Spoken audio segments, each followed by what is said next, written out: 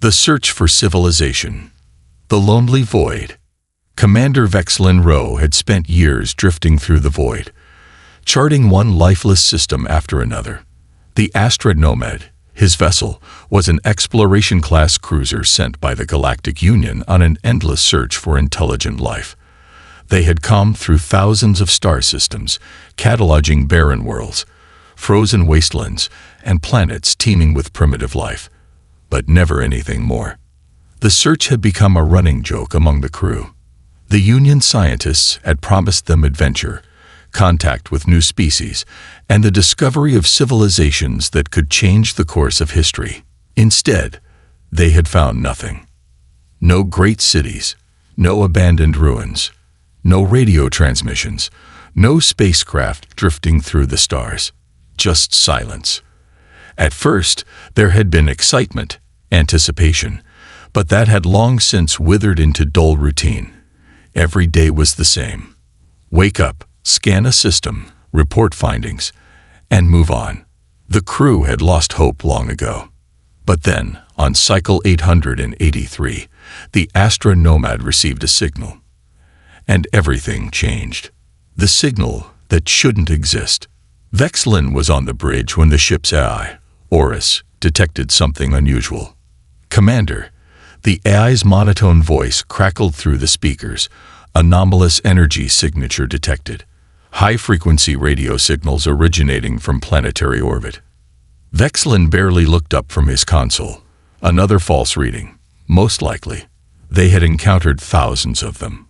Pulsars, background radiation, even odd magnetic distortions that had mimicked signals of intelligence, but had ultimately led to disappointment. "Mark it and move on," he muttered. But then, the communications officer, Lieutenant Kelna, sat up sharply. Her eyes were wide with disbelief. "Sir, this isn't just background noise. It's a structured transmission. It's repeating." That got Vexlin's attention. He straightened, turning his chair toward the main holoscreen as a waveform appeared. Complex, deliberate, and intentional. The bridge fell into stunned silence. For the first time in their mission, they had found something real. A civilization hidden in plain sight. The signal's origin was a small blue-green planet orbiting a yellow star. The planet, listed as Sol 3, had been catalogued before as a Class 3 habitable world, Earth-like, teeming with organic life, but nothing the Union considered advanced. No probe had ever reported signs of industrialization. No emissions had been detected from orbit. By all accounts, it should have been just another primitive world. Yet, the Astra Nomad sensors told a different story. "Commander," Orcs said, detecting thousands of electromagnetic frequencies. "Patterns suggest active digital communications. The planet is saturated with artificial satellites." Vexlin's blood ran cold. How had they missed this? How had a planet with this level of technological activity gone undetected? The bridge crew scrambled to process the data. As more information came through, the mystery deepened. There were entire networks of radio, television, and digital transmissions, far too many to be natural. The planet wasn't just home to intelligent life. It was industrialized. It was connected. It was advanced. And yet, somehow, the Galactic Union had never noticed. Vexlin's mind raced. This wasn't just a minor discovery. This was the discovery of the century. "Prepare the stealth probe," he ordered. "We're getting a closer look." A window between worlds. The probe was launched, a small, nearly undetectable drone, programmed to slip through the atmosphere unnoticed. As it descended, the live feed flickered onto the holoscreen. Vexlin held his breath as the image sharpened. What he saw left him speechless. Vast cities, towering structures of steel and glass, roads filled with machines moving at high speeds, the sky cluttered with flying vehicles, blinking satellites, and artificial lights. "By the stars," Kelna whispered. "They've built a civilization, and it's thriving." But that wasn't the strangest part. As the probe passed a towering structure, its camera panned over a large reflective window. And there, looking directly into the lens, was a human. They could see us. The figure was bipedal, mammalian with forward-facing eyes, a predator's gaze. It was holding a small, steaming beverage, appearing completely at ease. For a long moment, neither moved. Then, the human tilted its head as if studying the probe. It glanced at its drink, then back at the lens. And then, it smiled. The bridge crew froze. Did it just? Before anyone could process what had happened, the human raised a hand and waved. Not out of alarm. Not in aggression. As a greeting. That's a recognition gesture, one of the anthropologists on board stammered. They know we're watching. The probe's microphone crackled. A short, casual vocalization came through. It was spoken in an unknown language, but the tone was unmistakable, a mixture of amusement and curiosity. And then the human laughed. Vexlin felt his stomach drop. They weren't just looking at an intelligent species. They were looking at a species that had known about them. For how long? Had humanity been aware of the greater galaxy this whole time? Had they been hiding their existence? Or had they been waiting for someone to find them? The moment that changed everything. The feed cut out. The probe had been remotely deactivated, not by the astronomad, but by something else. An outside force. A force on the planet. Before Vexlin could react, Orcs chimed in. Commander, we've been scanned. The ship's alarms blared. From the planet's surface, a new signal erupted, this time directed straight at them. It was not a distress call. It was not a message of panic. It was coordinates. An invitation. Vexlin's mind raced. For years, they had searched for intelligent life. They had found humanity instead. And now, humanity was reaching out to them. But the real question was, had humanity just been discovered, or had they just made first contact on their own terms? The invitation. The signal that changed everything.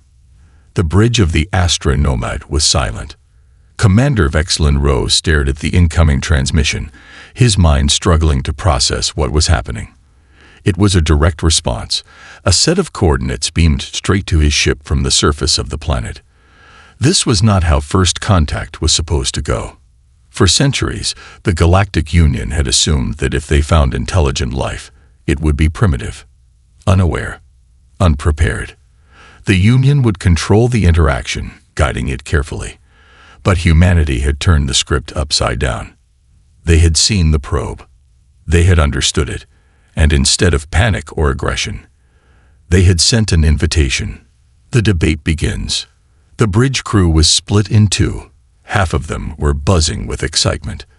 This was history in the making, the first real contact with an unknown intelligent species, the chance to speak with them, learn from them, and open diplomatic relations was beyond anything they had imagined.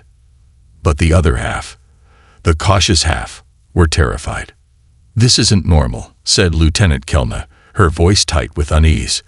"We assumed they were primitive, but they clearly aren't. That means they've been hiding. Why? And how? No species reaches this level of advancement without drawing attention. If they wanted to be found, they would have been found long ago." "Maybe they were waiting for the right moment," Vexlin said. "Or maybe," Kelna countered, "they're waiting to lure us in." The thought sent a chill through the bridge. No one spoke. Then, Orcs, the ship's AI, broke the silence. "Commander, I am detecting multiple orbital defense systems surrounding the planet. They are inactive, but their configurations suggest advanced planetary security." Vexlin frowned. Orbital defenses. No records had ever suggested this planet had military capabilities beyond a pre-space age civilization. What else had they missed? The decision to land. After an hour of tense discussion, Vexlin made the call. "We came to find intelligent life," he said, "and now we have. We don't get to ignore this because we're afraid. We proceed, cautiously, but we proceed." The crew exchanged glances, some relieved, some still hesitant. But orders were orders. The astronomad activated its stealth systems and descended toward the planet. The first view of Earth. The ship's hull shimmered, blending with the sky as it approached the coordinates. Below them, sprawling cities stretched across the surface, filled with flashing lights, endless roads, and airborne vehicles weaving through the skyline. Humanity had built a world unlike any the Union had ever seen. But there was something strange about it. It wasn't just their technology, it was the way they moved. The streets were alive with people, walking, talking, laughing, moving with purpose. There was an energy to them, something almost chaotic yet perfectly coordinated. Most species that had reached this stage of development had a level of order, predictability, and routine. Humans, they thrived in disorder. It was simultaneously mesmerizing and terrifying. The meeting point. The ship landed in a remote area near a coastal city, cloaked in invisibility. They deployed a small mobile observation unit, a drone designed to blend into its surroundings.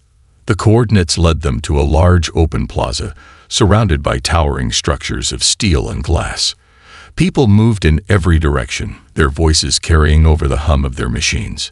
But standing in the center of it all, waiting, was a single human. The human who knew. He was tall, broad-shouldered, dressed in what appeared to be formal attire. His stance was calm, almost expectant, as if he had been preparing for this moment for a long time. As the drone hovered closer, he raised his head. And then he looked straight into the lens. The first words. The human raised his hand, the same gesture the first one had made through the window. A deliberate wave. Then he spoke. The translation software struggled, words flickering across the screen, adjusting in real time. Finally, it settled. "Welcome," the human said. "We've been expecting you." The galaxy was wrong. The bridge erupted into chaos. They knew. Kelna gasped. They knew we were coming. How is that possible? An engineer stammered. They've never had contact with the Union. There's no record of space travel beyond their planet. And yet, here was undeniable proof. They weren't just aware of the greater universe. They had been waiting for it. Vexlin's mind raced. What did this mean? Were humans truly alone, or had they encountered something else out there? Had they been hiding from the Union, or had they been studying them? The astronomad was supposed to be the first to discover humanity. But it was becoming terrifyingly clear that humanity had discovered them first. A history we never knew. The human took a step forward, pressing a small device against his ear. "I know you can hear me," he said. His tone was friendly but firm. "You have questions. We do too. But first, let's make this official." From his pocket, he pulled out a small silver badge. It shimmered under the city lights. And at its center, clear as day, was an insignia that had no right to exist. It was a star map of the Milky Way. Not Earth, the entire galaxy. Vexlin felt his heart stop. "Who are you?" he managed to say. The human smiled. "A representative," he said, "of what's left of the First Galactic Alliance." The bridge crew was speechless. The Galactic Union had always assumed they were the first great civilization. But what if they were wrong? What if humanity wasn't a new player in the galaxy, but a survivor of something much older? The secret humanity kept. For years, they had searched for new civilizations. Instead, they had stumbled upon an ancient secret, a hidden history of the stars. And the only species that held the answers was humanity. The forgotten legacy. The silence on the bridge. The bridge of the astronomad had never been this quiet. Commander Vexlin Rose stood frozen, his gaze locked onto the insignia displayed in the human's hand. A star map of the entire Milky Way. Not just Earth, not just its surrounding systems, the entire galaxy, charted and mapped with stunning precision. It was impossible. The Galactic Union had always believed it was the first and only interstellar civilization. Every recorded expedition, every ancient ruin they had uncovered, had suggested that no other spacefaring species had ever existed before them. And yet, standing in the middle of a human city was irrefutable proof that history was a lie. The human's introduction. The human lowered the badge, his expression unreadable. "I take it that you weren't expecting this." Vexlin took a slow breath, steadying himself. "No, we weren't." The human nodded as if he had anticipated that response. "Then I suppose we have a lot to talk about." For a moment, Vexlin hesitated. He knew what he had to do. This was the most important first contact scenario in history, and now it had become something much larger. He tapped a command into his wrist console, linking the ship's comms to the drone's transmission. "Bridge, record everything." The truth humanity had hidden. The human led the drone through the city, moving through crowds of people who paid little attention to him. That was strange. Vexlin had expected panic. After all, they had just confirmed alien life for the first time. But no one reacted. It was as if this wasn't new to them. "I imagine you have a lot of questions," the human said as he walked. "Let me start with an answer. Humanity is not alone. We never were." Kelna, listening from the bridge, exhaled sharply. "What does that mean?" "It means," the human continued, "that we were part of something much greater. A long time ago." Vexlin felt a chill crawl down his spine. "The First Galactic Alliance. You said you were a representative of it. Are you saying there was an interstellar civilization before the Union?" The human glanced back at the drone, his expression unreadable. "Before your Union even existed, before your species even left its homeworld, there was another empire. A great alliance that stretched across thousands of star systems, linking species together in cooperation and mutual defense." Vexlin's pulse pounded in his ears, and humanity was a part of it. The human stopped walking. He turned fully toward the drone and smiled, but this time it wasn't an expression of amusement. It was one of knowing. "Humanity," he said slowly, "was the first to fall. A war long forgotten." The bridge erupted into chaos. "That's impossible," one of the officers exclaimed. "There's no record of any galactic civilization before us." "He's lying," another muttered. "He has to be." But Vexlin wasn't so sure. He had seen the evidence: the satellite networks, the organized digital transmissions, the orbital defenses that shouldn't exist for a species just beginning space travel. And now, this insignia, proof of something far older than the Galactic Union. "If what you're saying is true," Vexlin said carefully, "then what happened? Where is the First Galactic Alliance now?" The human exhaled, looking up at the skyline. "Destroyed," he said, "by something the galaxy has tried to forget." A heavy silence settled over the crew. "The enemy that ended everything. It started centuries ago," the human continued. "The First Galactic Alliance was a beacon of unity, a thriving network of species working together. We had technology far beyond what you see today. Cities stretching across planets, space stations the size of moons, even fleets that could warp across the stars in an instant. And then they came." Vexlin's breath caught. "Who?" The human's jaw tensed. "We don't know their name. We only knew them as the Annihilators." The entire bridge fell silent. The human continued. "They arrived from the void beyond the galactic rim, moving with impossible speed. Their ships were unlike anything we had ever seen, organic, shifting, capable of tearing apart entire planets with a single strike. They didn't come to conquer. They came to erase us." Vexlin's heart pounded. The war, how long did it last? The human's gaze darkened. Not long enough. The fall of humanity.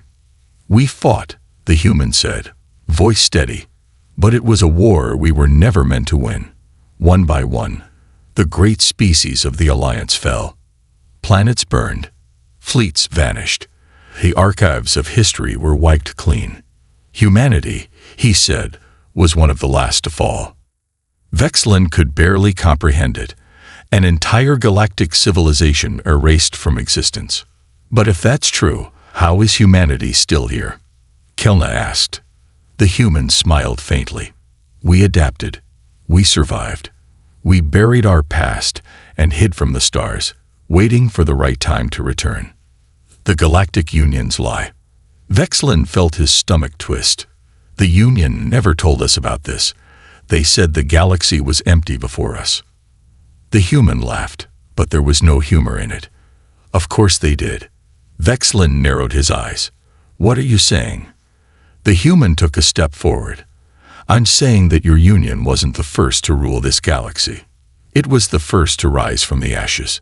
The realization hit like a meteor impact. The Union hadn't discovered an empty galaxy. They had inherited it. The return of an old enemy. Vexlin felt cold. If the Annihilators destroyed the First Alliance, then where are they now? The human's expression turned grim. Gone, but not forever. He looked directly into the drone's camera, and for the first time since first contact, his voice held true fear. They're coming back. The war that was never over. The Astronomad's bridge was dead silent. Vexlin had spent years searching for intelligent life. What he had found was the last survivor of an ancient war, a war that had never truly ended. And now, the enemy that once erased a galactic civilization was returning. Humanity had known. Humanity had been preparing. And the real question was no longer who had found whom. It was whether the Galactic Union was ready for what was coming.